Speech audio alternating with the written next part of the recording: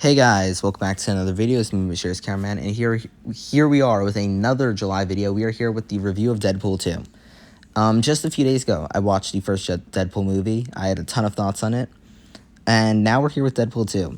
And this film really blew me away. I expected to dislike this film, or at least not like it as much as I did the first one, because that's what I remembered. But this film, so much better than the first one. I think this film, I'm just going to jump right into the review. This film is paced so much better. My biggest complaint with the first one was it's too much weight, and it wasn't paced in a way such that, like, the first hour had, like, the backstory and a scene. And because the scene was spread out, it didn't feel paced right. But I really liked how this film was paced. It felt a lot more like a film and not just a few scenes.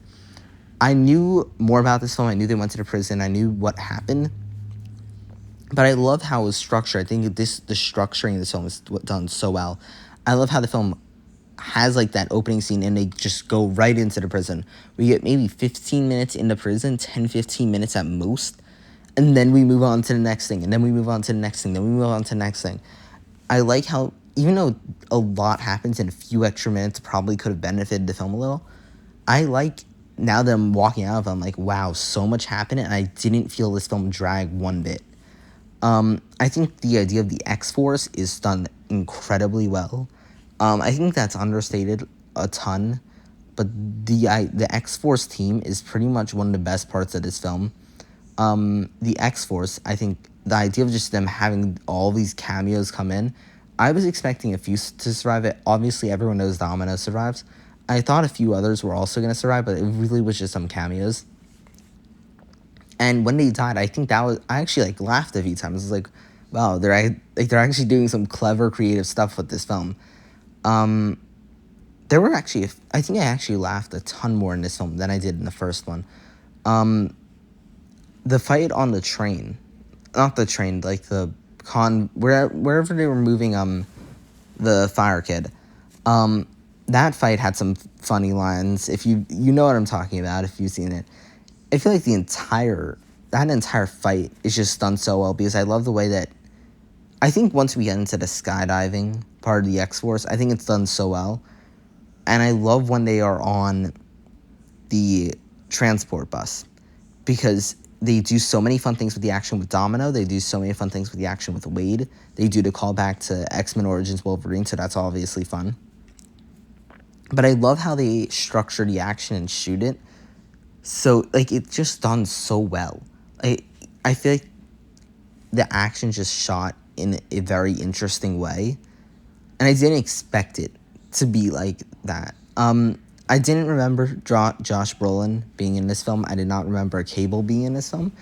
Once I saw them, I was like, oh, now I remember where this film's going. Incredible, though. I love their idea of being the villain. I thought that was so fun. And I love how it ties into the earlier part. That's the biggest thing.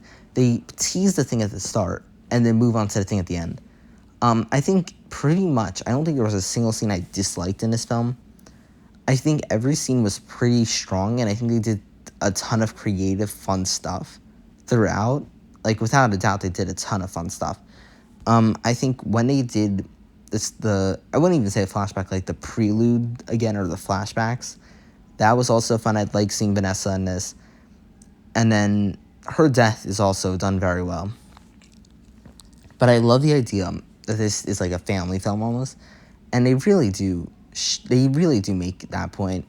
I like that we do get Colossus and the girl back again, as well as the other girl. I do like we see a few other characters, even though we see them for maybe like a few seconds fighting and doing stuff.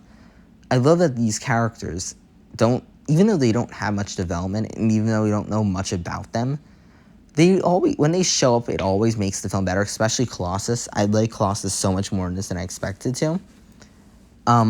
Everyone knows the X-Men thing in the scene where they have the X-Men. I'm blanking on when all the X-Men are in the mansion and they all shut the door. That joke is always good. I think there are a ton of things in this film that just work so much better. And it feels a lot more like a film. The last one, very little happened. In this one, we had like the opening fight at the school, then we move immediately into the prison, and I loved the prison part. I think the prison part was extremely fun, and I like the idea of it bringing back the cancer. And then it moved on to the next part, which was, after that, then he was back. I think I might be forgetting something. Oh, then he got ripped in half, maybe? No, then he assembled X-Force. Yes, then he assembled X-Force, and then the X-Force, I think the X-Force sequence, from when the X-Force are founded to the end, to when Wade is ripped in half by Juggernaut, I think that is pretty much one of the best parts of the film. I love that. I think that's probably the strongest sequence throughout the film, because I love the way that it's directed first. I think the direction in that scene is done very well. And also, I think it's a series of scenes, but I think all of those scenes in that span are just very strong. And especially once the final battle comes, I think the final battle is very interesting because we get a ton more characters than we did last time, and we care about the characters more. And I like the idea of them fighting kind of like a kid. Like, it's not much of a... Like, it's not like they're really fighting this massive threat. And I like the idea of Cable going back and saving Wade. I like the idea of the coin. I like the way that he dies. I think his death scene drags a little, but it's fine because it's supposed to be like a joke like that. I think everything that's done in this film is done very well.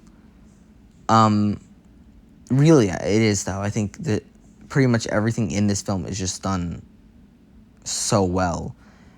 I just liked it so much more. I think Domino really blew me away as well. I did not expect to like her character that much. I feel like every performance in this, I feel like, is just stepped up, and it's just doing everything better.